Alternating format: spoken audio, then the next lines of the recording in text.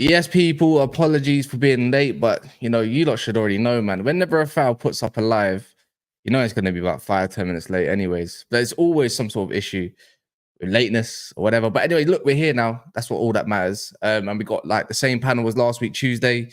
I quite enjoyed it. So I thought, why not bring it back? Aussie Goon in the building, Ches, Jay in the bottom right there, and then obviously Monts in the top left. We're going to be talking about Chelsea. Obviously, they played yesterday. We're going to debate if they're actually going to make European ball. And then obviously, we've got Arsenal, another team that's actually in a European competition. And they're facing Porto tonight. And I wonder if there's any doubters. So, yeah, that would be kind of interesting. And then obviously, I didn't even know. Imagine this. I didn't even know this until I woke up this morning for Fajr, which is, people don't know, is a prayer if you're Muslim. And I looked on and said, wait, Ederson's out for 4 weeks? I got to add that to the title. And what does that mean for Man City? So I thought we could debate 3 teams today. Crazy, right? In the Foden versus Palmer debate, Palmer's got to do it for a long amount of time before he gets them sort of accolades. But I can't say Palmer's having a very, very good season at this moment of time. Deserves a lot of flowers. Conor Gallagher doesn't. But yeah, man, look, Fabrizio Romano has obviously confirmed Michael Edwards. Another topic. But I might mix that in for later on. So we're going to be back obviously about 10:30, obviously with Sorry, Mike. Oh, here we go. Sorry, Mike. I've got about 5 minutes. It's official. 5 minutes. It's official. So it's official. All right, cool. I heard you. Wait, you rejected who? You rejected who? See, Mont, Wait. You rejected Chelsea and Manchester United. Nah. How do you reject us? Nah. When did you reject us? Wait. You want me to read the tweet from Ornstein on Never a Foul right now? I'm live right now. Yeah, you know what you do, boys? Ring Monster's phone, and when it starts ringing in his hand, that'll be the funny part of it all. You know what I mean? No, earpiece. We're different now. Earpiece. Earpiece. No, I'm not talking to you. I'm not talking to you, man. He ain't talking to you either. I'm not talking to you. Cool. Yeah, I'll read the tweet out. Yeah. All right. Sorry, guys. I've been asked to read the tweet out by one of Mike's PAs. Michael Edwards named FSG CEO of football. Resigns from London Ortics June the 1st. Replaces Mike Gordon in charge of Liverpool and will appoint, obviously, Hughes as the sporting director to recruit Klopp's successor. And where's Hughes from? Is it Bournemouth? And I help identify manager's second club. Turned down Chelsea Football Club and Manchester United Football Club. Interesting. Yeah, you know what? Fair enough. Look, no, fair enough. It's true. Yeah. You would know. Yeah, when I told you that, you didn't want to hear it. You didn't want to hear it. Ches, there's levels. Ches, you're also just a stray. But Kaz done telling me, you don't know what Kaz been telling me off air, innit? What Kaz been telling me off air for the last month. Off air. So that's why I'm acting like this. I'm not acting like this because I'm crazy. Not because I'm crazy. Well, why don't you add some context to this? Because you're just giving us this. Just fill us in on what's been happening off air while we're on the air. During the months, Michael Edwards coming United. Michael Edwards coming United. Well, how long ago was that? How long ago was that? I don't care, bro. I didn't even do it. I told you, Kaz. I said, Kaz, make sure it happens. Because if you do that to me, make sure it happens. How long ago was that, though, man? Come on, man. Doesn't matter. I said, make sure it happens. All right. It's calm. Look, Monts, like he's gone to your club. He rejected us. I don't even know why Chelsea are even in for him. They're joke men, anyways. I do the sneaking thing all the time. Like, can I just say one thing? Chelsea was just doing it to shit. Chelsea just do this to shit people. Let me just do devil's advocate because I'm good at being contrarian. You know me, boys. So the thing about Michael Edwards is I love Michael Edwards. I think he's the GOAT of football directors. Yeah, his track record is his track record. But the one thing you have to understand, Mons, as well is if you're these other teams, if you're Liverpool, you can give Michael Edwards the keys. You've worked with Michael Edwards. You know what he brings to the table. You know what he's like behind the scenes. If Chelsea United want to offer Michael Edwards a job, and Michael Edwards says, you have to give me the keys to the kingdom, it's like me having somebody who's like a COO and they want to be the CEO. Sometimes if you're going to appoint somebody the CEO, you want somebody who's got a track record of being the CEO. So those clubs wouldn't give you the CEO position, Michael Edwards. However, a club that's seen you perform at a very high level at COO is more than willing to give you that CEO opportunity, because the only person that mitigated your power at COO level is leaving. So now we actually need you more than we ever needed you. So that's the only thing I would say is that it's a great pickup. But the last thing is that Michael Edwards is only great because Klopp was also great.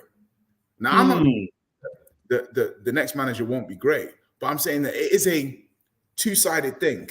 It's Michael Edwards and Klopp.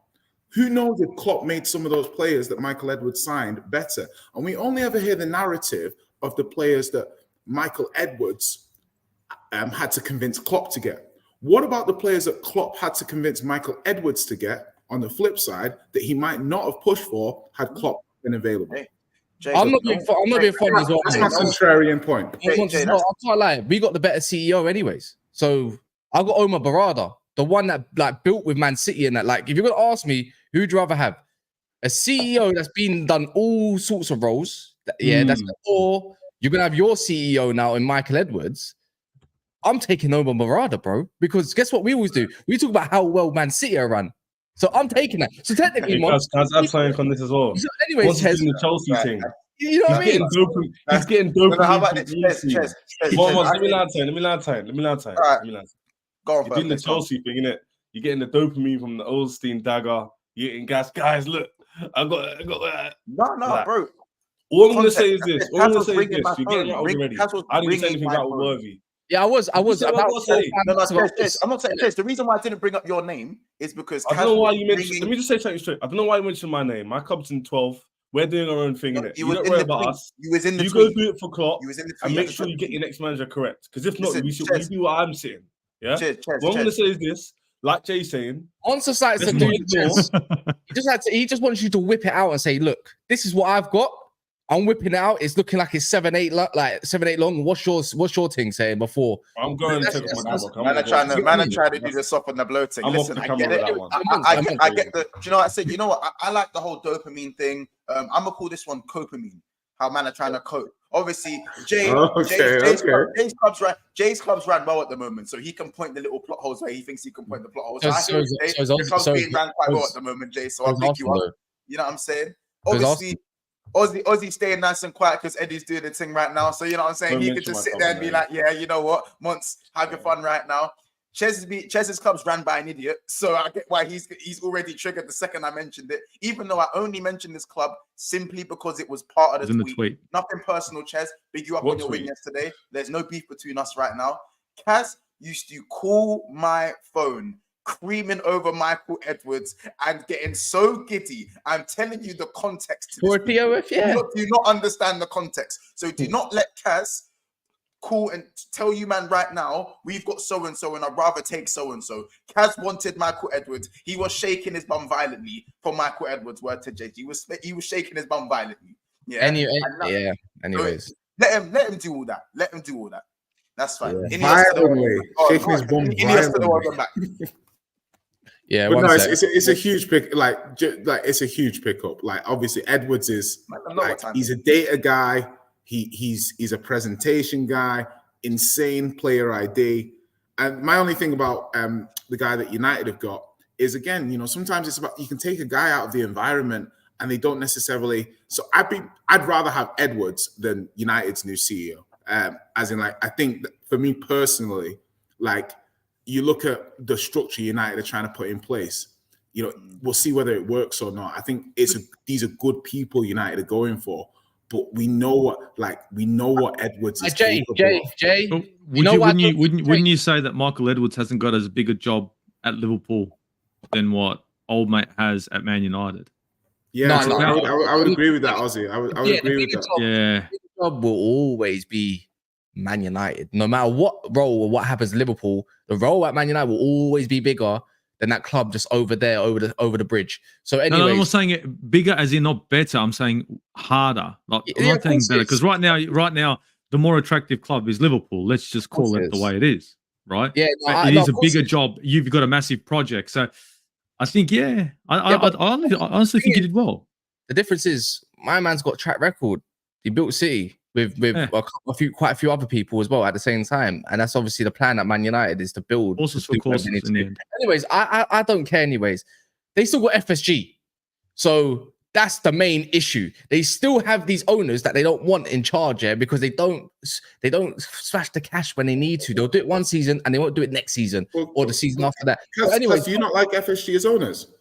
I think they've done enough, but in this modern era, I think they've also messed up Liverpool to a degree. Like when they needed Wijnaldum replacement, when they needed to refresh the squad, so they didn't have to do what they had to do this year rather than last. I think FSG are amazing owners. They're not bad, but when it comes to ambition, they needed a centre back. They got Kabak. That was fucked. Maybe they changed, but I reckon Klopp's papered over a lot of cracks in it. Honestly, and I see one or two comments in there. Listen, I'm not like most Spurs fans, so obviously, if you want my opinion on Levy and how the club's run, you can ask me. But Liverpool are as good as you can possibly run a football club that's not owned by an Arab state. Or so you can't run a club any better than Liverpool. Literally, like there's no club that's had players like a Salah, like a Mane, that are data-driven signings and then hit it. When they were buying Van Dijk for 60+ million, I never thought Van Dijk was a 60 million player. I was looking at the player and I didn't see it. 75, but they saw it. They could see stuff that I could not see in players. They could extrapolate how this player's career is going to go. And that's very unique. You don't need millions and millions of pounds if you can accurately portray how the future is going to play out. And that's what Michael Edwards can do. And that's why I think, look at Michael Edwards. He wanted Bruno Guimaraes and Enzo, the season before, and when they had Milner and Henderson. Imagine if Liverpool had got those two players at that specific moment when they could have got them. Imagine how different Liverpool would have looked a year earlier. Michael Edwards was on it. He knew what he wanted to do. So I think it's credit where credit's due. I think FSG got lucky with the manager that is Jurgen Klopp, much like Arsenal did with Arsene Wenger. He was doing a similar sort of thing with Arsenal, picking diamonds out of the rough early on. And we got to give Jurgen Klopp his credit here. I think he cleaned up FSG. I think they got lucky. If they had fallen in with another Rafa Benitez, no one would have been happy with FSG. Let's be honest. I think Jurgen Klopp really has done a lot of work. That guy deserves he deserves two statues. Was Klopp not a Michael Edwards guy? I'm pretty sure Michael Edwards broke his back for Klopp. Like he was like, "This is my guy." I'm not taking anything away from Michael Edwards. No. I'm saying them as a dynamic duo, they've done a lot for FSG, and it's like, well, FSG have been really good. Well, no, it's because they've had two. Let's correct that. They've had two people that have been in charge and guiding them and pushing them in the right direction, where they didn't have to spend millions and lose money. You know what I mean? So if anything, Ozzy doing it. Sorry, if anything, you really look at it and you say, actually, it was probably worse for Liverpool that they had two powerful people in different parts of the club that were competing with each other. It's probably better that you've got one overriding voice in Edwards than you've got two overriding voices in Klopp and Edwards. So like Edu and Arteta, they've got a good relationship. You know, a lot of these top Tixi and Pep, you need that. Somebody has to be submissive to the other person to a certain extent. And I think now you had the Klopp era over the last few years where Klopp was in control a bit more. You had the era before when Edwards was in control. We're going back to Edwards being in control now.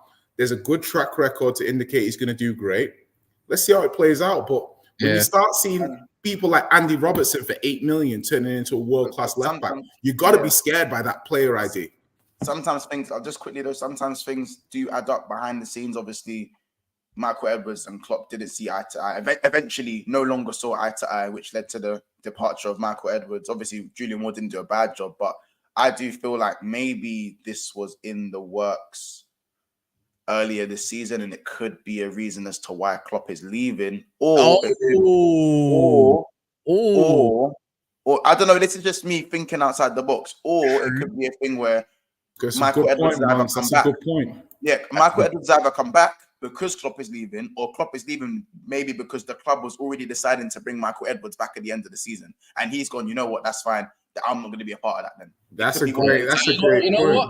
It's a conversation to have. Once I'm writing that down in the phone because that's a good debate topic. I love that because there's a few reasons. Hey, I was going to do that. What? Don't take that away from me. What do you mean? We're on the same channel. We run the same channel, so I don't give a damn. I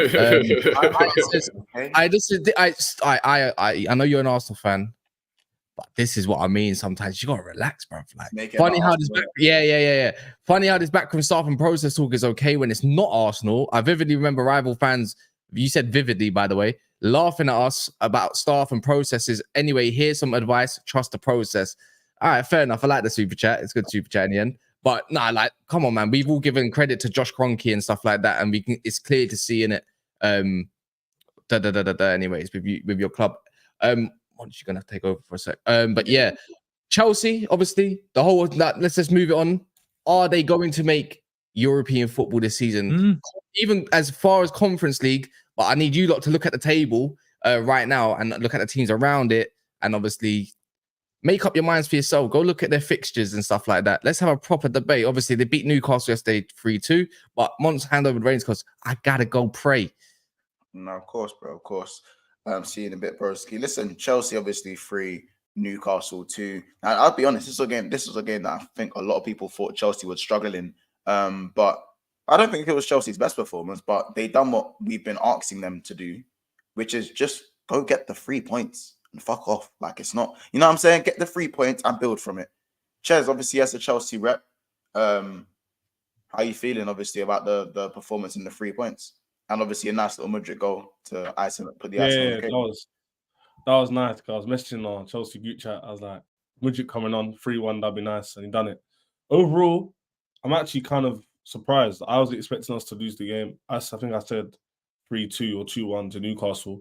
They held that was one of their better teams. The only players who were missing, I think, were Nick Pope and Joe Linton from that starting 11. And Wilson off the bench, obviously, he's come back. So I was really expecting them to turn it on. And they were kind of poor, I'm not going to lie. They didn't really offer much. The goals they even scored, one was a banger. I don't know if you man saw that Jacob Murphy shot. That was crazy, bro. 1 in a million kind of goal. And then Isak with his trademark finesse shot finish, which he always does against most teams. And that was kind of expected them to score. But I'm not going to lie to you. Better play overall. Individual brilliance kind of bettered us this game. We don't usually always get those goals to help us win the game. That game could have easily ended 2-2. But I've got to give them credit. They were consistent in terms of performance overall. There was no drop-off. You see, last week I came on and I said to Jay and them, man, first half were 8th, second half were 17th. This way, it was the other way. We actually scored two goals in the second half to win the game. So I was happy to see that. And Caicedo was solid. Enzo was poor. I didn't think Enzo played that well yesterday. It was kind of poor. Didn't really, when he had the ball, didn't do as much as he could. There was quite a lot of space in that midfield. And he could have done a bit more. Cole Palmer again. Like, it's getting ridiculous now. This guy in his first season is like doing the madness. I don't think anyone was expecting this. And the fact he's been this consistent, even when he doesn't score or assist, he impacts games. If you look at the final, Celt won the chances for Gallagher, for example. Those little things there, that's how I see from him. He's consistent, and I can't praise him highly enough. In his crap team, him and Gusto in particular, I'll be shouting out. So shout out to them. And Jackson, who gets slated, is now on, I think, 9 Premier League goals for the season. A few assists, I believe it is. And he's just doing his thing. It's his first season, 32 million euros. Like, I won't gonna lie to you, he's not a number 9 for the future. He's not the 9 you want. But if you're telling me a player in his first season who's 22 years old to be doing what he's doing, it can be improved on, but I'm taking it. And I think that I can't say we're going for Europe yet because we can't put a run together. And our next few games are like Burnley, Everton, Man U, and like Sheffield. So you'd probably say to yourself, Chelsea are minimum in 3. So I would agree with. But I think the other teams above us could also win 3 games as well. So it's going to be close, but I don't think Europe's out of the picture. I just can't say we're going to do it because I haven't seen us put a run together. That's the problem. And when you don't see your team put a run together, how am I supposed to sit here and now say, because you beat Newcastle, we're going to win our next 2 wins on the bounce? I wish I could say that. I think our next game in the Premier League is Burnley. So at home. Yeah, that should be a quick You one. should say that's 3 3 points. But I think our game in hand is against Tottenham at home. JJ would probably say he's probably fancying his chances with his first team. Exactly. I'm probably going to say draw, probably a good result. But again, Chelsea, is it too little too late? We've got a good run in. Well, so, you do have a good run in, and you'll probably find the European spot, I guess, depending on the. Remember, the difference is with going for Europe, it's a lot easier if you manage to put 3-4 wins in a row, you'll find yourself 2-3 places above where you originally were very quickly, simply because of the inconsistency around you. It's not even so much about you, man. If you just focus on you and take it game by game and do what you need to do, Chelsea can still get a European spot 100%. I think it just depends on keeping the same 11. You know what I'm saying? Too many chop and changes. Like, I think Cucurella was a better addition than Chilwell. I think he come in and added something a bit different, even though I don't really rate Cucurella, but he added something different. Whether that's going to work next game, again, we don't know. We generally don't know. But again, I don't even think Chelsea were like, I've seen better Chelsea performances in my opinion, but I think that's a positive. You didn't have to beat your scintillating best to go and beat Newcastle. So funny. We literally said the same thing. Who did we beat the other day? And it was similar way. It was like, we got over the line. I swear down once, we said the exact same thing. You were literally saying this. You were like, you know what? This time they actually won the game and not drew it. We went and lost the next game. Yeah. Oh, yeah. And you did win. And yeah. But remember, I don't know what game it was. It wasn't that long ago. Yeah, so it was like, but we said, but there's going to be, like, we know that you lot's inconsistencies is sickening, isn't it? And I know as a Chelsea fan, you lot hate it. But that's going to be the story of your season. You know, this season is right off. Is after the cup final, I believe you lot know kind of like, cool, this is it now, innit? Like, you kind of just got to deal with what you got, and hopefully things just turn around and you start next season positively. I don't know, man. Obviously, Ozzy and Jay, let me know what you kind of think on this Chelsea conundrum. Like, they're still in the FA Cup, and obviously a European spot is on the cards either by winning the FA Cup or obviously getting a run of wins together. I think actually winning the FA Cup is more likely. For context, I think winning the FA Cup for them, or at least getting to the final, is more likely for Chelsea than actually for context going and as well. When you get league table up, we're actually not that far away from like Man United either. I've got it. You win your game in hand, that takes you to 42 points, right? And that'll bring you right. That'll give you to 9th, right? Not even that was yeah. If we win our small games against, sorry to interrupt you, I'll give you context. If we beat Burnley, Sheffield, right? You just supposed to win those games. There's 6. Everton at home, right? There's 9. And then we also have to play Man U. Yeah, if you draw against Man U, let's say you had a shit game against Man United. We draw against them, for example, at home, and we beat the other. We assume Man U's going to win all their games against what? Who they got to play? Arsenal and City. No, I think Man United don't have an easy run. And you know what? Between you and Man United, the consistency is here and there, but this is horrible to say, maybe, but Chelsea are starting to maybe roll on a bit later stages. I think the pressure isn't really on anymore. Hodge is probably looking at it now where he's tweaking the team a little bit, starting to see starting 11. Man United kind of dropping off. Yeah, and that's true. And look, against Newcastle, you had to grind to get the win. Manchester United against Everton. Did anyone watch that game? Oh, I did. That was the worst. Take away the 2 penalties, right? Take away those 2 penalties. Garnacho probably wasn't doing anything really because he's just running. He runs, and then maybe he'll take a shot late. There was nothing in the game. If anything, Everton were pushing them.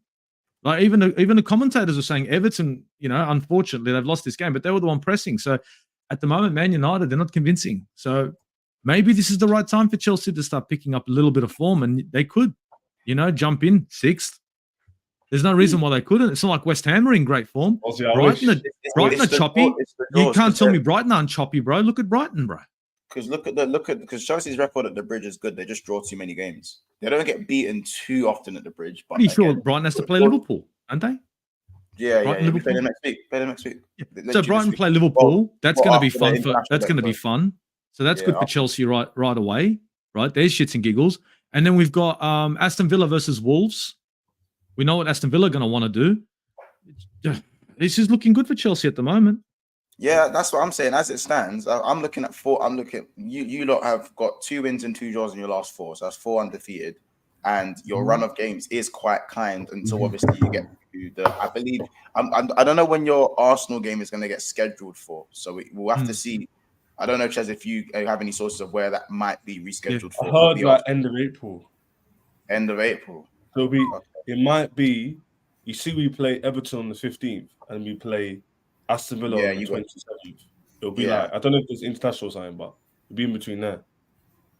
So okay, all right. Here's the thing, man. Like, to add context as always, to visit director Michael Emilio ahead of potential summer sales. Rah, that's mad.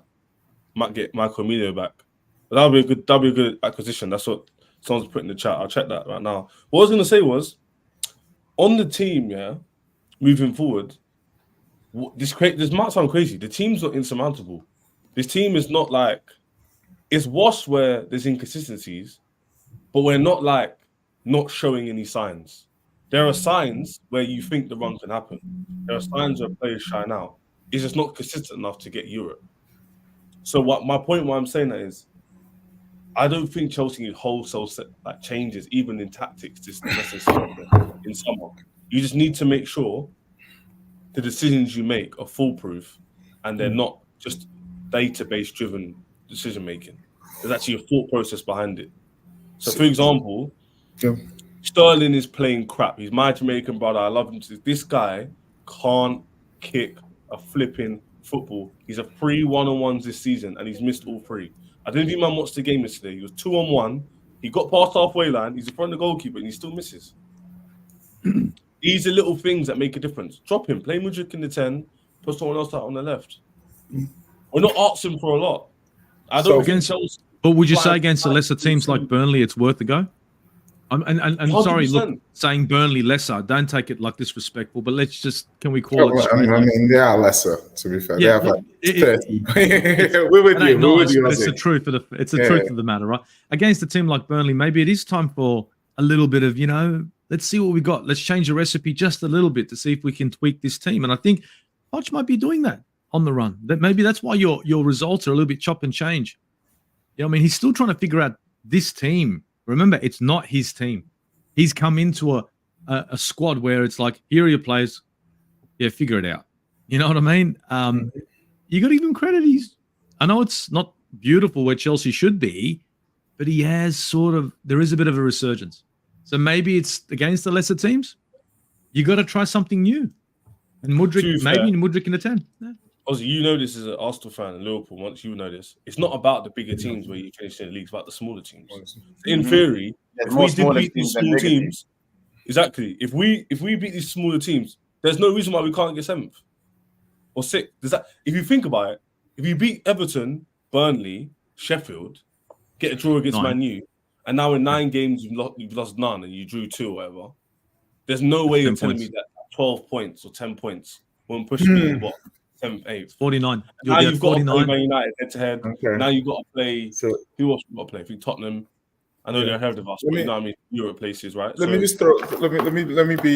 be pleasant to Chelsea for a change. Like I'm not. You don't have to be. I don't need to. I know I don't have to. I don't know I don't have to be, but I think with Chelsea, I remember speaking to you a few weeks ago, Ches, and some people were trying to. We need to sack Poch. We need to sack Poch. And I said to you at the time, I said you can't sack the guy. I said, because there's no logic that it's going to get better. Just give him the season and we see how it plays out. The one thing I'm noticing about the players is that when you have young players, they develop in different ways. They develop from like playing, exposure. They have to make mistakes. And I think we are seeing a number of the players in the first team maturing before our eyes. Players like Gusto, Jackson. I think we're getting to a point where you can say they're having good seasons. I think personally, I would say both of those players are having good seasons. Jackson, I think, has definitely been quite critical. I've never been that critical of Jackson. Ches, you'll probably heard me before. You remember when a guy will try and have a go at him or something? I'll be like, has this guy not scored more goals than your strikers and stuff like that? And I think Jackson's done a good job. I think the team in itself, you can see it. You can see the shoots of recovery. No confidence in them to string the results together because they still have that spine, which looks a bit weak, but that comes from experienced players and maturity.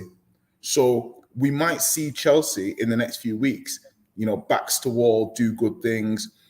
You can see how much Chelsea need Gallagher at the moment, not even from a tactical, technical point of view, just as somebody who gives a shit. Do you know what I mean? Somebody who really cares about the result. And when you have younger players, we've all been very critical of Chelsea, but that 6th place is possible. They can do it. They probably would need to win I think they probably need to do 7 out of 10. I think if they can get 7 wins out of the last 10, that will probably be enough for them to get Europa League, scraping Europa League. All right, let me tell you this year. That's not happening. I'm looking at your club, and I don't think you're too far away. Bro, Ches, we're still points above you, G. So the difference is my team knows how to get the job done some shady, shammy way. But when I look at your one, and this is just me being honest, isn't it?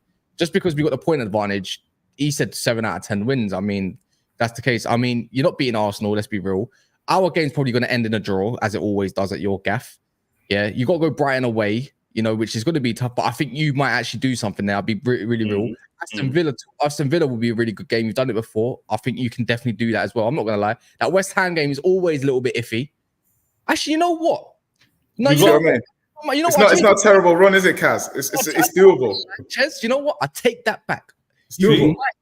You actually might be able to do it. And I don't think 8th, 7th is beyond your reach. Because I'm not saying if Chelsea are good right now, I'll be saying we're going to do it. But because of inconsistencies, I'm saying we could. The reason why I'm saying could is because the running isn't actually that bad. A lot of these games are at home.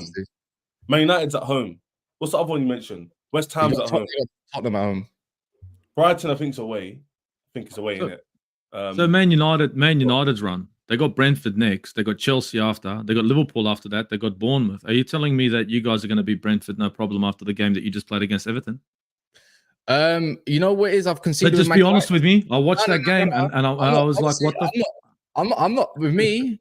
I think we was actually onto a decent thing when we had Højlund fit, and he will be fit for that game at least. And a couple other boys as well. I think Lissandro's tipped to be back after the break. But for me, I've conceded with Man United. You just don't know what you're going to get on the day, because we've gone away lately and started winning games more than we have at home. So it's like, I don't know what you're going to get with us. It's the same thing with Chelsea. You just don't know what you're going to get. It's just, it's like what Forrest Gump says. It's like life like a box of chocolates. You know what I'm saying? You just don't know, man. You just don't know what you're going to get. Like that kind of situation. But it's just, I don't know. I think with Chelsea right now, I don't think it's obviously Gallagher's quite pivotal, but for me, recently, the 2 performances that have been going up in performances, bar maybe one game, is Enzo and Caicedo, especially Caicedo. People don't know how silent he's moving. He's not getting enough praise, in my opinion, or the flowers that he deserves, because I think Caicedo, barred a couple games about 3 months ago, that's when you could probably criticize Caicedo. And at the start of the season, but lately, he's actually giving steady Eddie stuff, because people forget Chelsea have been on a quite decent run, especially at home. Enzo has been improving. His fitness has improved. I think it's clear to see to everyone that his fitness has improved. I think the one that's been letting them down is actually Gallagher, bro. Like, I'm going to be honest. No. Listen,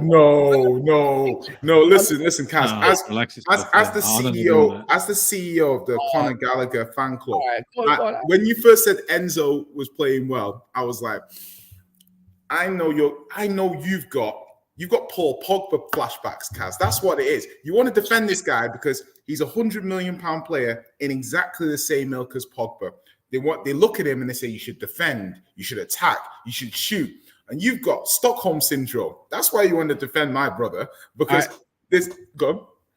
All right, Jay. I didn't realize you was doing Inception, but that's what I'm saying. A bit of psychological stuff. Because no. I know you like Gallagher, but at the same time, me and Mons have also liked Gallagher this season. But it doesn't mean you can't. He's not prone to get criticized. Do you get what I'm saying? Of course. I think obviously I disagree with Kaz a little bit. I think Kaz been harsh on Gallagher, but I think this point is, if Chelsea improve, Gallagher's level shows out more.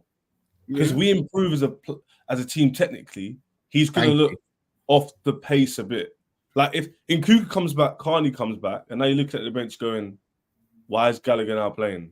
Because he's not better than them technically. He's not better than them shooting. Enzo wasn't good yesterday. Enzo wasn't good yesterday. He wasn't good yesterday. If you are to get better, which is probably the likely, because you can't get any worse, why I say this, but Gallagher's gonna have to step up. Gallagher's gonna have to find a way to keep his place in the team, whether that's becoming better technically or that's being a leader. I always take it back to the Henderson thing. When Liverpool were at a level where Henderson was good enough to play for Liverpool, but not necessarily good enough to start for Liverpool. Passion merchant guy with a little bit of technique when you need it, maybe gets the odd goal. You know what I'm saying? When Klopp came in and Liverpool got better, Henderson adapted. And again, was still the worst technically out of Fabinho and Wijnaldum. Let's not like he wasn't. But what he brought, but what he brought to the team knows his role, innit? Knows his role. Yeah, he knew his role to a T. Like he was ready to sacrifice himself and do whatever he needs to do. You know what it is? I think Gallagher can't. The only way he can. I'm saying that's what he'll need to do. I'm not saying he can do. I'm saying that's what. In the facts, we were saying is facts, but the way he'd have to do that is he has to drop deeper, and he's not going to be able to drop deeper. You got Lavia there, you got high potential in him. No, but Henderson did play 8 though until Fabinho came in. Henderson did play 8. That's what one thing. I completely agree with, because first of all, I like to think of myself as somebody that will say something that I genuinely think, and I like to think I'm right, but I might not be right now.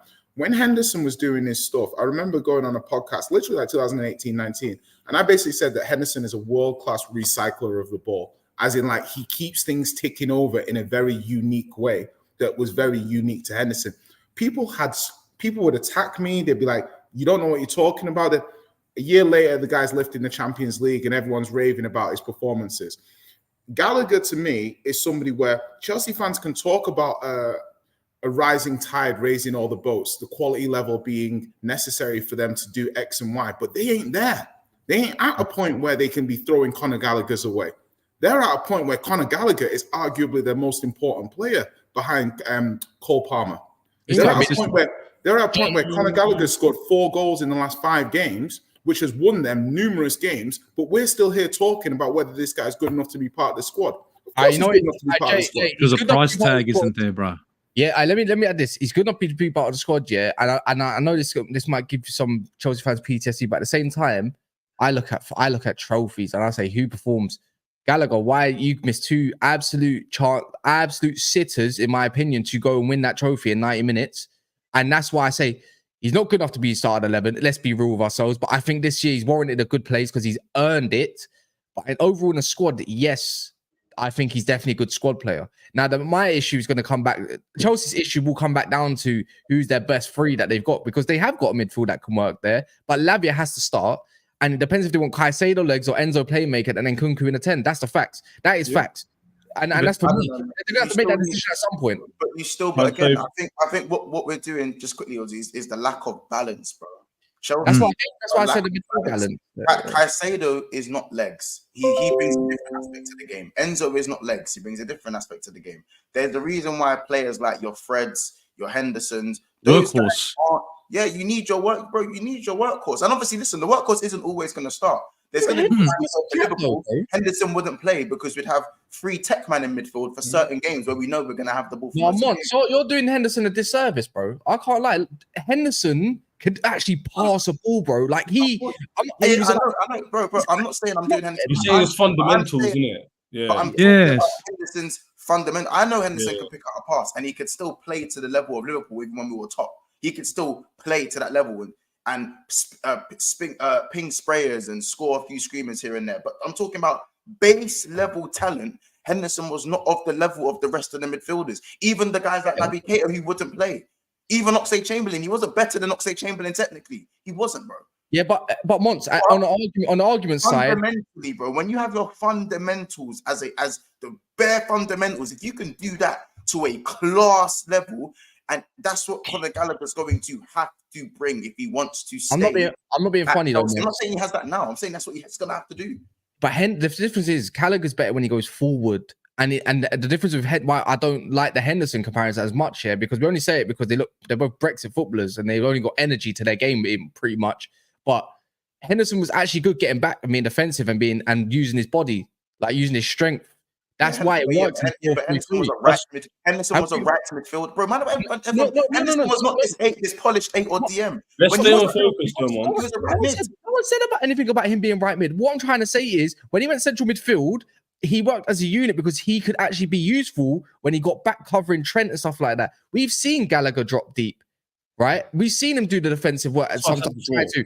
He doesn't look comfortable as a Hendo. That's what I'm trying to say. That's why I said, Ozzy, did you want to say something before? What else? But so the thing is, you need your workhorses, and I know we're trying to find Conor Gallagher's perfect position right now.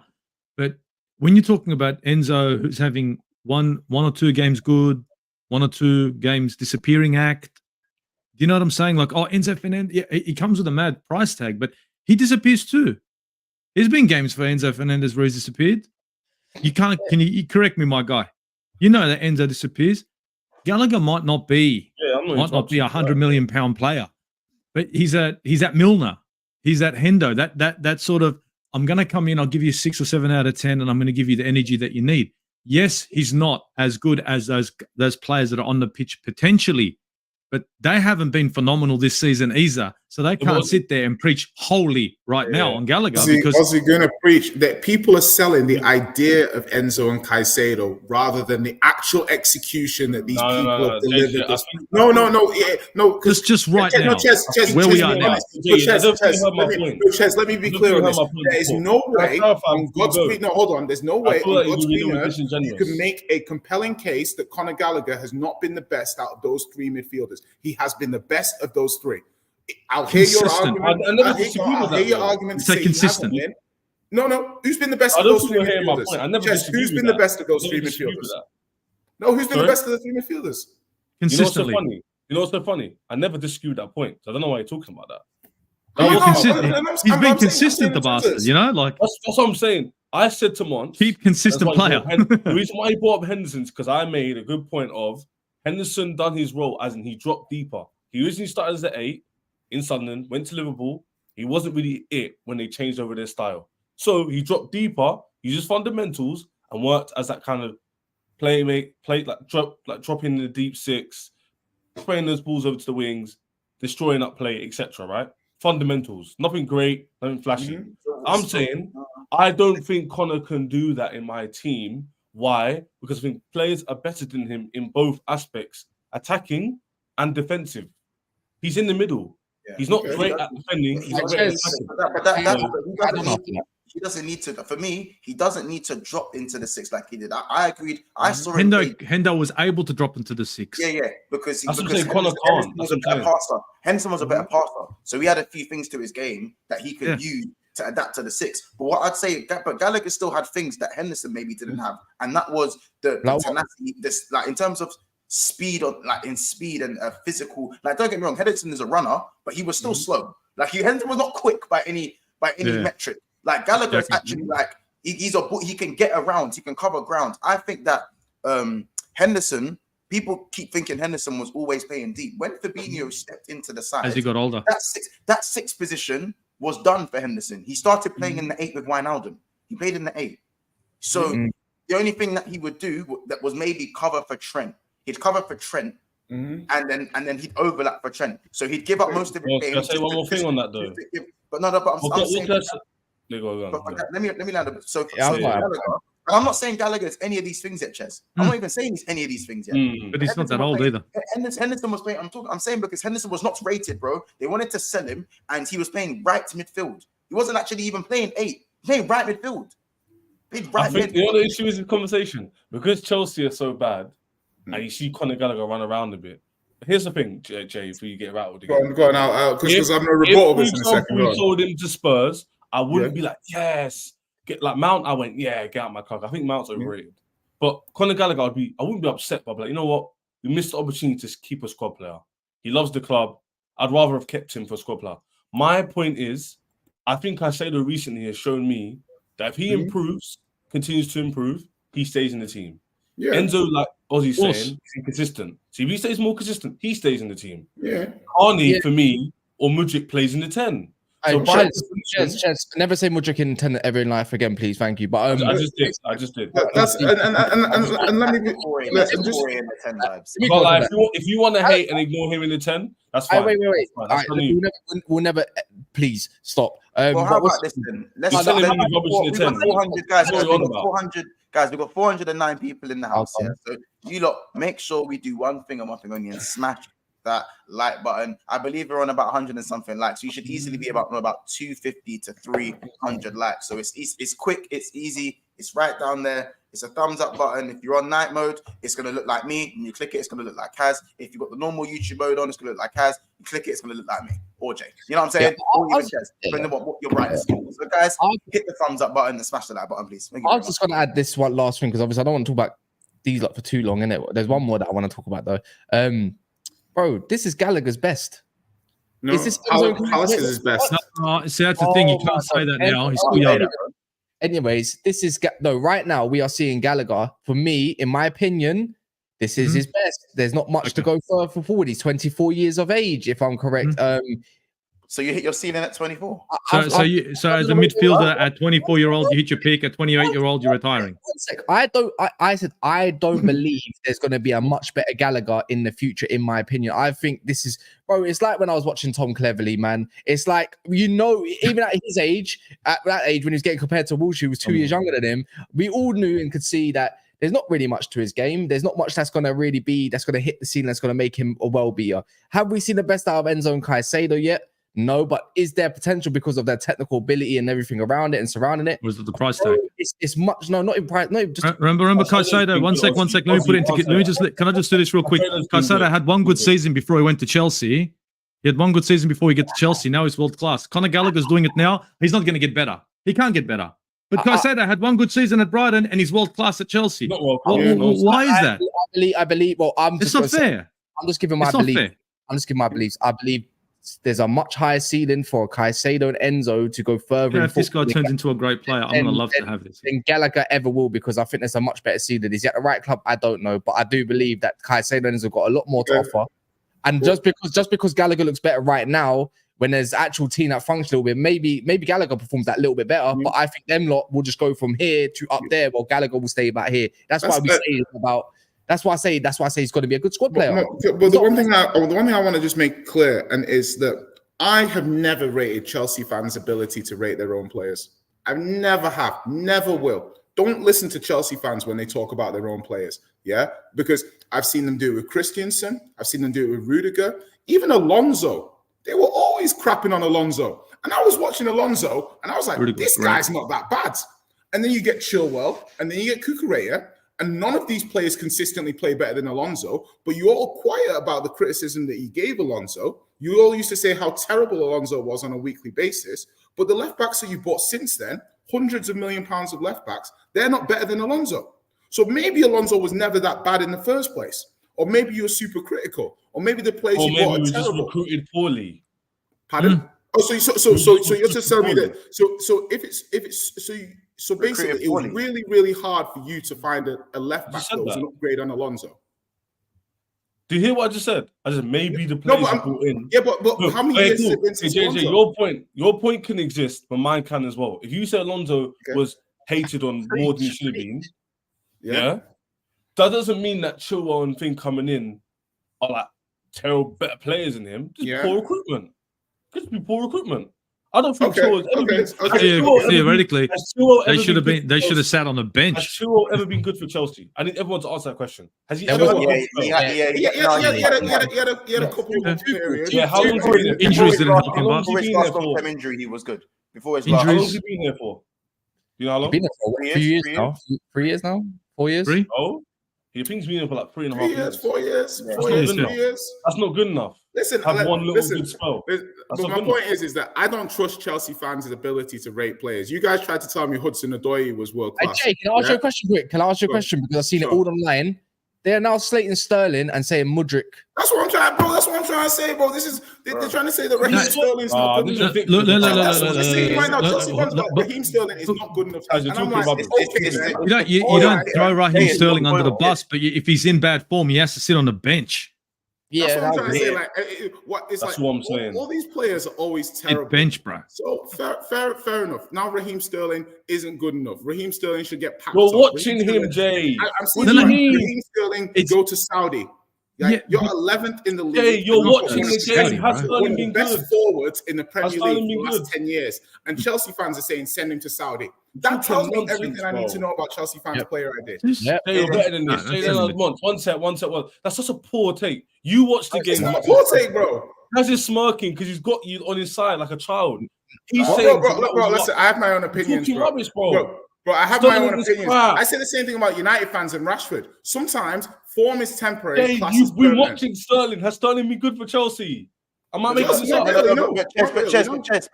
But Chess, again, but the same. But I feel like certain excuses are used for some players and they're not used for others. So when I crash it on Caicedo, you always say, "Yeah, but look how bad everything is around him."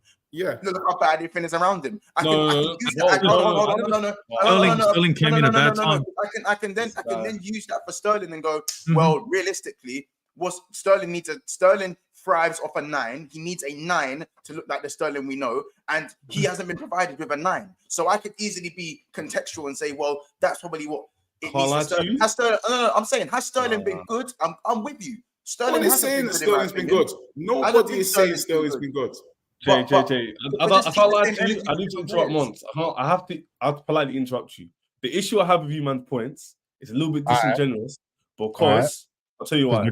Go on. Jay is saying all these players like Alonso is overhated. You're saying Sterling. You're not saying he's overhated, but you're saying you're being a bit harsh on him. You've watched the games as much as I have. If he was performing, I'll be sitting here saying, bit harsh. Keep it going. We'll find a way. Caicedo is a bit different because it's his first time in this team, his second season in the midfield, which needs a midfield revamp. He's come in, and I think he's been overhated. I don't think he's as bad as people say he has been. I don't think he's been as bad. But Sterling has actually been bad. And when I call him out, it's you give Caicedo props. Caicedo's 22 in his second season in the Premier League. I don't think he's been that bad. Sterling is 29 years old, playing in the Chelsea team. In the Premier League, he's been in for years. Can't even score one-on-ones.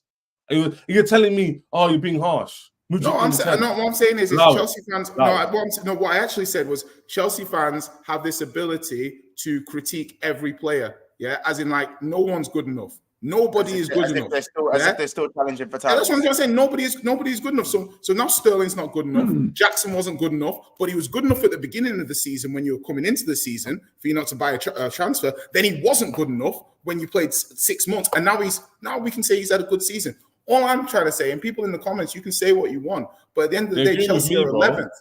Chelsea are 11th.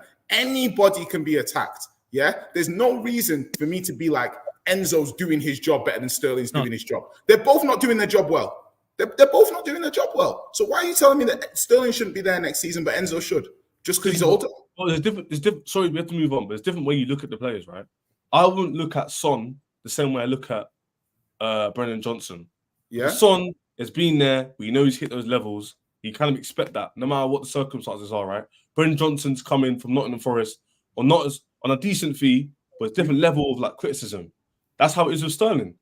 And my point is, Sterling because he's my brother, he's my guy. I actually rate him, and he's my people. And I like him a lot as a person. But my point is, as a Spurs fan, last season, a lot of Spurs fans said Son wasn't good enough, and I took all of them to task. This season, some Spurs fans have been Brennan Johnson isn't good enough. I took them to task. He wasn't good enough last season, though. Son wasn't that great last season. Yeah, that's a fact. Son was terrible last season. But it doesn't mean that the people that say we should sell him, he's not good enough. It doesn't mean I didn't go to them because he's on 350 grand a week. He's talking about Sterling. Sterling, he's talking about. Yeah, Sterling's on 350. So like, I'm saying get rid of him because the new project is youthful players. Nico Williams, who I've seen in Spain play a few games, right? You telling me you couldn't do better than this on like 150? So you want Nico Williams now, yeah? He's an example. Don't nuance. But that's my point. As in, but you guys want to bring in the Nico Williams, the Mudryks, the Noni Maduekes, the Angelos, and then you get surprised when these players come here and they can't move the needle. I can't lie. You know what? Mudryk does deserve a chance, though, man. I think you know what it is just for us, even with us rivals. I need to see Mudryk have a run again for the next 5 or so games so I can properly judge him the way I want to. I don't care. You know what? The only way I can't really judge him because he's been there 2 years and a half, but I don't see much, man. He looks like more like a striker, if anything. I don't know.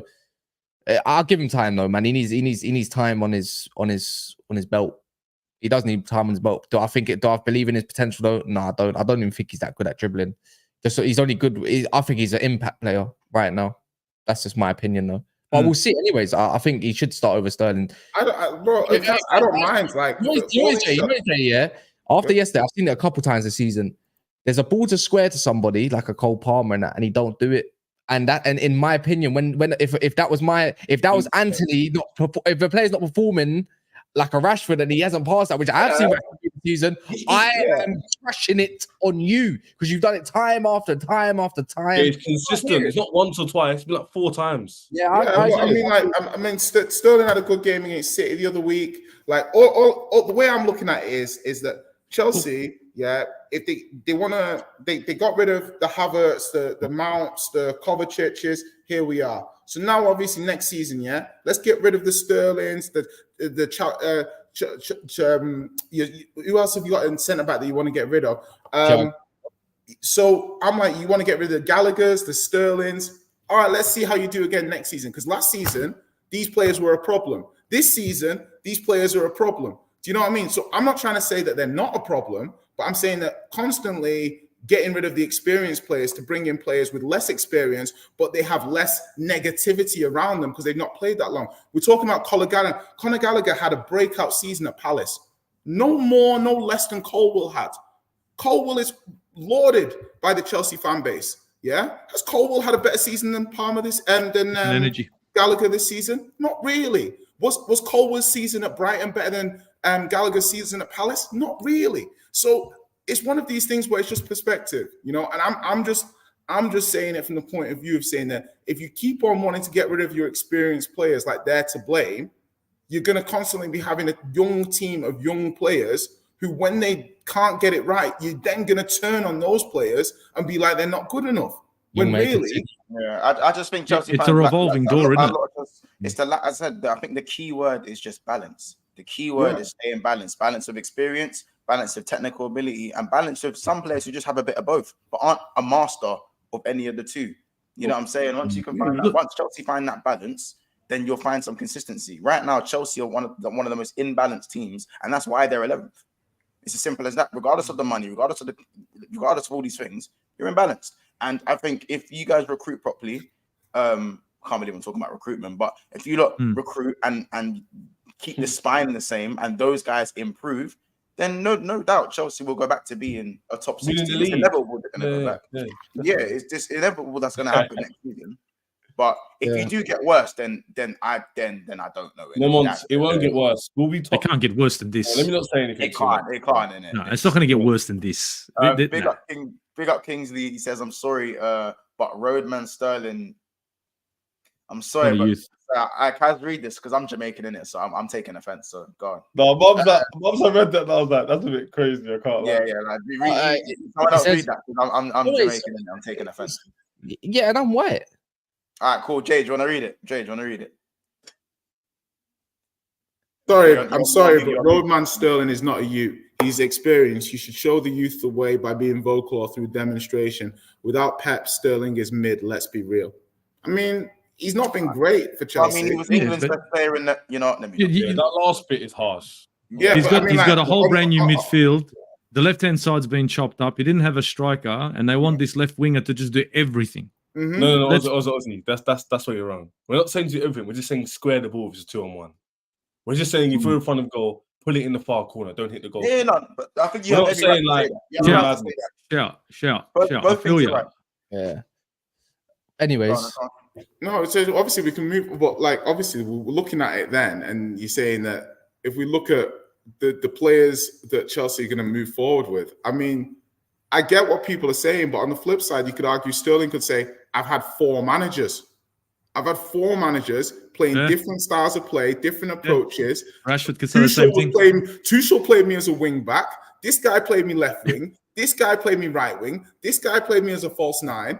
Yeah, plays in hospital, man. Man said, I don't even know my and I name appreciate anymore. I'm a big man and I'm on 300 plus K a week and I should lead by example. But what are we doing here? I'm playing so many different systems, so many different roles, and I think he's got a defense with that. It's not a big defense, but I think there's if the fans are unhappy with how the club's being run, what do you think the players are? You know what? Yeah, just to wrap it up on that part. Do you want me to take over, Mont? Yeah, You want a little break? All right. The way I look at it is like this: getting rid of your experienced player that knows how to get like from A to B, pretty much at times. Granted, he needs better players around him as well. Sterling, he does. So do all players. Getting rid of him would be the wrong mistake in this time, especially when you talk about how young your team is, and especially the winger market is all very, very young at this moment in time, in my opinion. But that's just obviously tit for tat, innit? He's just not playing well at the moment, and he deserves criticism. Morton Pedersen, as I said, top 3, maybe the top best YouTube names out there just because of nostalgia. Can Liverpool expect more money to spend? I believe that an investment and expansion is needed in the current portfolio to remain competitive, says Michael. Yeah, I think the new manager. Yep. Yeah, I think there will be. Squad. If you've got a new manager coming in, they're going to have to expect some sort of good budget. And when there was 150 million slapped on Caicedo, expect there to be a budget. Especially, actually, to be fair, if Liverpool do go on to win Premier League and stuff like that, then I'm pretty sure they will have a good budget, in my opinion. Kingsley says, Palmer is showing Sterling up, no pre-season. Yeah, you know what? You're right. But you know what? He's playing with no fear at this moment of time. And literally, there's no pressure on him. There's pressure on Sterling. There's a big difference, in my opinion. Robert says, Jay, would you start Gallagher as a 10 at Spurs, and why not? So first of all, Spurs play 4-3-3/4-2-3-1. Yeah, so obviously Bazuma single pivot, and yes, Gallagher could start for Spurs. He'd rotate with someone like Sarr, and it would be like a Bazuma, Gallagher, Maddison midfield 3, and that would work because Gallagher is 8. That would work massively. Gallagher's the number 1 press. He wins the ball in the final third more than any other player in the league. He probably cooks under your manager quite a lot. That's what I'm saying. He cooks in our team. People are talking like I wouldn't take him. I'm just defending. I would 100% take Gallagher. 100%. He's cooking our team. I think Papsar has more ability, and he has, but he's got different skill sets to Gallagher's got stuff that Sarr doesn't have. Sarr's a better passer. He covers. That puts competition. Like what? I wouldn't say I'll say about the same. I'd say they're broadly a similar level, but one person's got different attributes to the other. Gallagher's probably better. I agree with that, Jay. I agree with that, Jay. Papasar's been the ball. Yeah, in a better team. I think Connor will be better than him. In a better team, and Connor's in a worse team right now, and still and he's still throwing up a star. Don't let Spurs get Gallagher, because I promise you, you will be looking at this guy like Havertz in Arsenal, thinking, "What happened? That's what's going to happen." Wait, does he start? Robert is saying, does Gallagher start week in, week out? Spurs? Bro, listen. The thing with Spurs is there's only a few players who are guaranteed starting lineups in it, but like someone like Gallagher would definitely be a rotation option.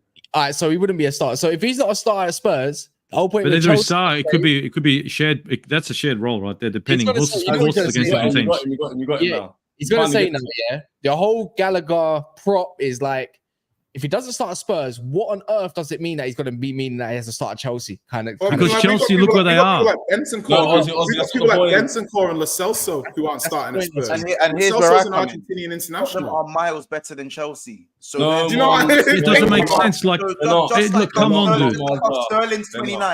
Sterling's 29, and whoever else is 21. So we can't make that comparison. No, but stop putting it. Why are Tottenham and Chelsea on the same barometer? Tottenham's here, Chelsea's here, and we're starting to chat about. No. You don't understand. I do this. What do you mean that Miles better than you? Look at the top of the. Look where they are on the table. Ozzy. I'm not saying. Look at the table, bro. I'm not saying that. I'm not saying banter. Look at the table. Spurs are better than you with 4 wingers playing wing back. Sorry, playing centre back. They are better than you. Where were Tottenham last season? Ches, you know it is. Where are they now? No, fuck last season. Answer the question. No, what is where did you finish last season? You know what it is, yeah? The whole point is, what he's trying to say is, because I do this as well, yeah? I'm going to end it because I need to talk about Arsenal versus Porto, innit? We're gonna win. Done. Let's get yeah. on. Nah. Yeah. Anyways, no, I do believe you're winning. But what's it called? The whole point is Chelsea and Tottenham should not even be in comparison. That's what he's trying to say. Look at this. Look at our club compared to that club. We win trophies. They don't win trophies. Yes, we've had a crap moment or period. Talking about that. But if they're talking that, obviously Chelsea fans are still in the mindset because they don't realize their team's going down the pan, right? That they're in the mindset. We're this club still. We're big. Like we're Chelsea. We should not be. If Tottenham can accept a rotational player, Gallagher, that's starting for us, why should we? We should be on that pedestal. We should not even be compared. That's what they're trying. That's the whole point. Yeah, and I get that because what do you want to be? Do you want to suffer with mediocrity in your team starting at you, Ozzy, or you want to be like, oh, let me accept a Tottenham fan saying that guy that's starting for me is on my bench? Okay, I'm going to say one thing to you, Kaz. Roman Empire is finished now, right? Caesar is dead. Manchester United, let me finish. Manchester United had their day. Fergie went. Yeah. It's gone, right? City came along. So all I'm trying to say is I'm not going to compare the accolades of Chelsea to Tottenham. I'm not. But right now, when I look at the table, what do you want me to say? When you look at the football, when I look at the football, and I see the players that they've got, and they haven't bought much, and I look at the football, right? They didn't spend a lot of money, and they're playing better football. It's a little bit harder for Chelsea to compare themselves to Tottenham this season, not previous seasons. Forget about that. They're not even in comparison in the grand scheme of things. But this season, just quickly, even last season, as shit as Tottenham were, they were 4 places above Chelsea anyway. They were 8. They were 8. Yeah, but last season, I'm going to say Chelsea were in a sort of a build, and they were kind of fucked. Right, so I'll give them that season, but not this one. Was Spurs not getting absolutely clowned last season for how badly they were run? That's a fact. That's a good point, John. That's a good point. I might have to pay that. Can I say one thing? Can I say one thing, please? All right, last thing. Cool, I was going to say this. Spurs finished on 60 points in 8th place. 8th place last season. 8th. Where did you finish? Where did you finish? Let me my point. That's probably where we're going to finish this season. I can argue that. We'll see. If we finish 8th or higher, it'll be about the same. Okay. Yeah? So my point is this. They've got a new manager, and look where they are now. To say Chelsea are falling club, Roman's gone, that's hoping. You don't know that yet. It's just hope. If it happens in 10 years... Not hoping, it's the fucking truth. You guys spent £1 billion, and you've gone through... You went... How many managers have you had since this owner has come in? How much money have you spent? I was in uni just about a year and a half ago. That's when ownership came in, bro. It hasn't been that long yet. Give me 10 years. And how many managers? Give me 10 years of failure, then we could start talking Manchester United levels. We're not there yet. You know what? 10 years of failure. Scrap it. Let's move on. Robert, him playing as a 10, Gallagher, is one of the reasons why we are 11th. He's 10 at Chelsea for defense. Our 10 is in the team for defense purposes, not offensive purposes. He's basically saying. And to be fair, that comes down to the manager though, as well. So on that note, Ches is right, but at the same time, everyone's right anyways, man. Big up everyone. Big up Don. Onto the chat. He's got a new channel, please. He's nearly on 200 subscribers already. He has made a video. So I need that Don copium in my life. I'm gonna sign up right now. I need that Don copium in my life. Anyways, Don, I'm signing up. With 5 likes away from 200, 200 is pretty low to be fair these days. But I'm not gonna force people to like a video. If you like the content, you know where the like button is. If you're new, you know where the subscription button is. Just don't forget as well if you like the content. But yeah, I was just going to say this: Arsenal versus Porto. Let's move on to that segment. The last segment is squeaky bum time slightly, a little bit, because Porto will set up defensively. Arsenal are on fire form in the league, but when it comes to the Champions League, they ain't shown it as of yet. I don't know if people have mixed opinions about this. I know Arsenal fans are pretty confident. You have every reason to be confident. I do believe you go and smash them. But with the Champions League, I think we've all learned as well at the same time, never say never and never write off any team, especially if they got some decent pull in their game, like Porto, Benfica's, Inter Milan's, AC Milan's. Ozzy, you're confident. I can tell by your persona. You're very confident, and there's no reason why you shouldn't be. What were you thinking about the game? Because it's going to be interesting to see what lineup you go with. Well, the game, look, everyone's talking about the game that, of course, we fumbled on, we dropped points, but that was an Arsenal that if anyone watched that game, you watched Arsenal and it was like almost a different DNA. Build-up play was slow. They were clutching at straws. And for me, it looked like a team that was disjointed. I just thought to myself, what are these guys doing? Was it the Champions League vibe? A bit too much for these young players? I don't know. But the response in the league, well, we all know what happened then. We went on a run and a tear and tore apart team after team after team after team. Came through 3 points at a time. Now, Porto are coming over to my place. And yeah, look, they're looking all happy. They're looking good. They scraped that win against Arsenal. Big up. But I can tell you one thing. I'm pretty sure that these Arsenal players are still going to be pushing for this game and they're going to be hungry. You notice that Arsenal, every time, every game that they've played since then it's been like rough, man. This is like angry when they're playing teams. They're just killing them. So I think against Porto, I know they're going to come in with that low block. I know they're going to be structured. And obviously the manager's renowned for this. You know what I mean? He was part of this. He knows how he's going to set his team up. But you want to defend for 90 minutes? Cool story. You know what I mean? Arsenal possession base, you give us the ball, eventually we will break you down. It's going to happen. It's just when. Is it going to go to, 1-0? Is it going to go to 2-0? I don't know. In my opinion, I think to myself, Porto and Arsenal have to get an early goal, so we have to hit them hard. We've got to take them off guard. And as soon as we get the first goal, they'll open up. All we need is a first goal within the first 20. Once that happens, it's all over. It is all over. They're done. They'll open up, and it's going to be, it's going to be like barn doors. It's going to be Newcastle. It's going to be West Ham all over again. Ooh. Anyone disagree with that one? Does anyone disagree? If they open up, if they want to go for this one and they open up, yeah. Some people think that's going to be I think Porto, I think it obviously depends on I think second legs always depend on the first 25 minutes. And I think if Porto concede 2-3 clear-cut chances in the first 25 minutes, the game's ending 4-0. The game's ending 4-0. Even if it gets to halftime, it's no, game's ending 4-0. However, if you get to, I'd say halftime, 50th minute, and Porto haven't really conceded too many, maybe the one clear-cut chance, because Arsenal are always going to create, let's be honest. And maybe if Porto are quite stubborn and Arsenal do move the ball slower than they're supposed to, I generally think then is when you can maybe think, hold on a minute, could this be one of those games?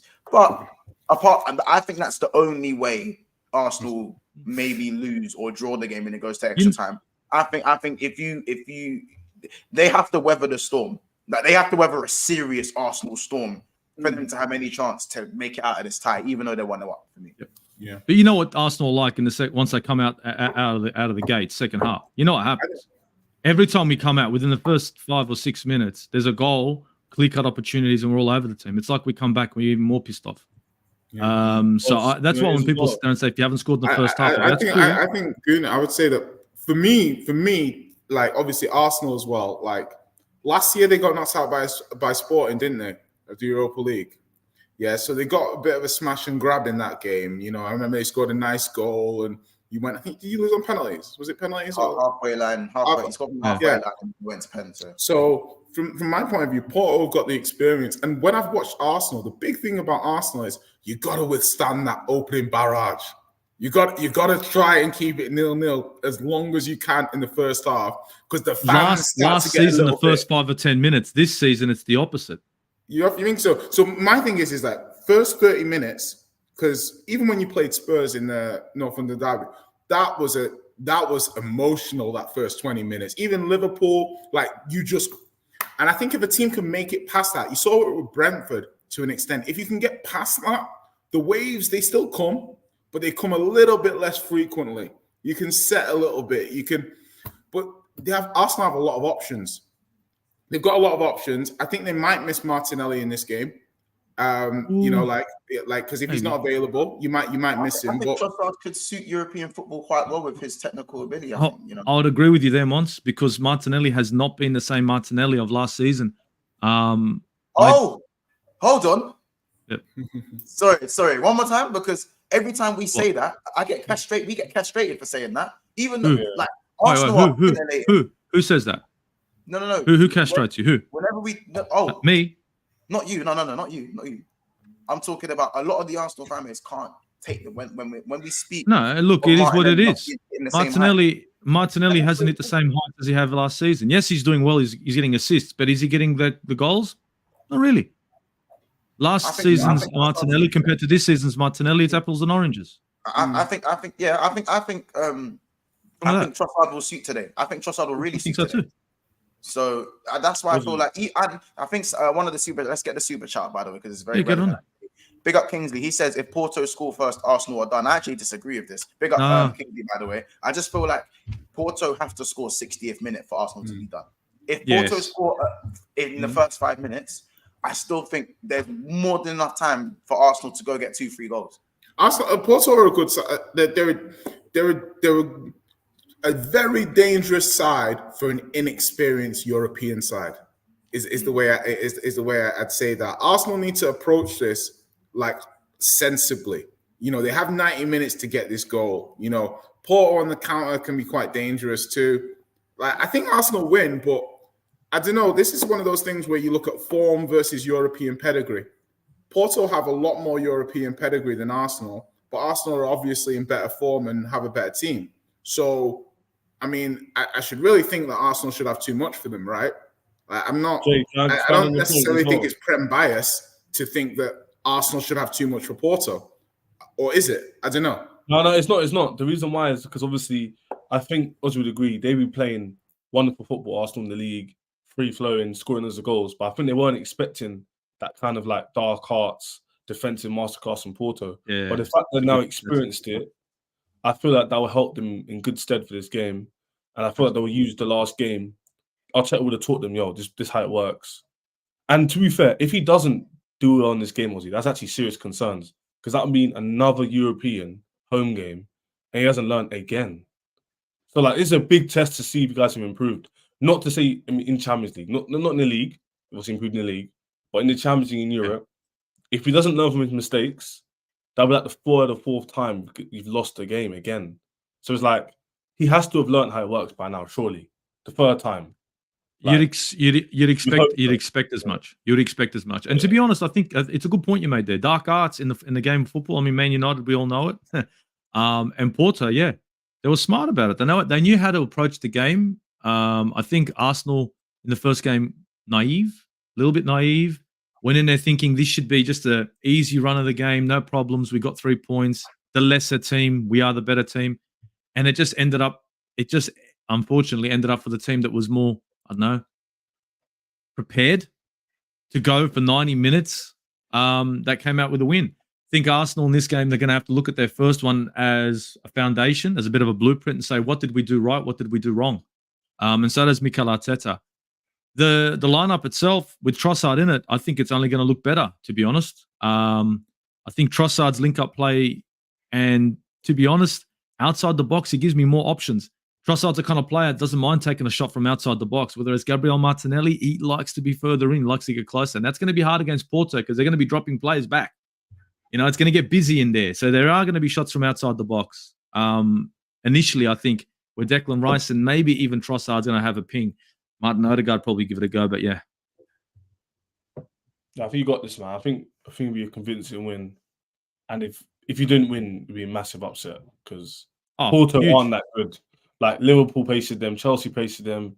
They're not that good.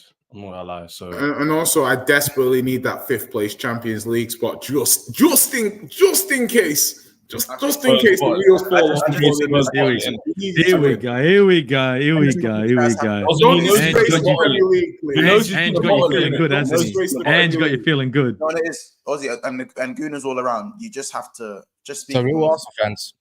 From a Champions League experience point of view, just don't let it get to the shithousery stage in it, where they're allowed to start faking the cramps, taking long to do things, and now all of a sudden it's the 70th minute.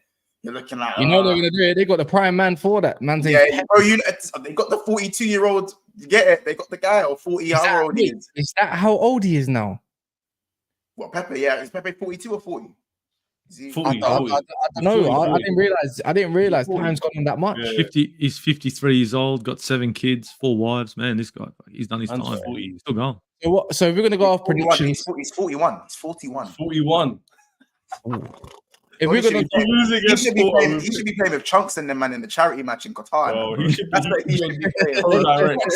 Getting on the field with Arsene Wenger and freaking Jose Mourinho in the back line. So Let's play against Arsenal at the Emirates. Nah, So what are we saying for this game then? Let's do predictions then of tonight. Who wants to start off? I'll throw it out there, man. I think Arsenal got this game 2-0. Oh, yeah. I'm going to agree with that one. I think Arsenal win this 2-0. I was going to say 3-1 aggregate, so 3-0. Arsenal 2-0 after extra time. Hey, sorry, I can't get over the fact that Pepe is older than Arteta, but I'm going to say Arsenal 2-1. 2-1? What are people in the chat saying as well? 3-1, 1-0. Arteta's 1-0. How's Arteta? Oh my God, it's Arteta. I mean 2-1 on aggregate, so 2-0 in the game. How old's Arteta? Sorry. What? 41. They're both 41, but Arteta's 41. Yeah. Actually, I thought he was older than that. I thought he was older than 41. Mums. 5-0. The Arsenal jobs make him look old, boy. Oh my Lord. Here we go. I thought he was like 48 or something. 47. Yeah. That's crazy. Manager. Once you're a manager of a Premier League club, bro. Even Kingsley knows it. Watch out for the killer man, Pepe, king of dark arts. Yeah, man, that's what exactly. But it's gonna be interesting. It starts at 8 p.m. in the UK, if you don't know. So if you want to be alerted to that, just double check your times and wherever you live. I think is there another Champions League game on today as well? There must be double, isn't it? Oh, okay. I'm definitely not watching that one. That's gonna be a whole pack of arse. Yeah. So, anyways, big up yourselves. Make sure you smash the like button. We're gonna be back about 10:30. It should be me, Monts, New City fan. He's been on here before, to be fair. Brands and obviously Arsenal, but I'm not gonna just make it about Arsenal only. Just for clarification, I like to now try to mix in. Well, it's going to be mixing with City stuff because they're the only team in the Champions League. So, yeah, man, we're gonna definitely 10:30. Make sure you put there me, Gal, Brands, and Monts, maybe somebody else. But yeah, man, make sure you're there. But yeah, appreciate anyone that has liked. If you haven't liked, I don't like you as much anymore. So, but do subscribe to Ches, do subscribe to Aussie Guna and Big Six Bants. Stop being lazy. Go to their channels. It's in the description. Well, you're telling them they're being lazy, man. I mean, come on, man. 10 minutes late. I'm gonna start calling you. Honestly, Eric Ten Hag, what the fuck? 10 minutes. Is this 10-minute thing started for you? Huh? I have every excuse in the world. I am fasting. I am up for Fajr an hour before to go eat my sahur. I don't have the players to play the style of football that I want to play. Yeah, cool. I'm allowed to be late. I'm allowed to be late for anything right now, unless it's like past 7 o'clock. So yeah, I'm not allowed to play tonight. All right, in a bit. Thank you, man.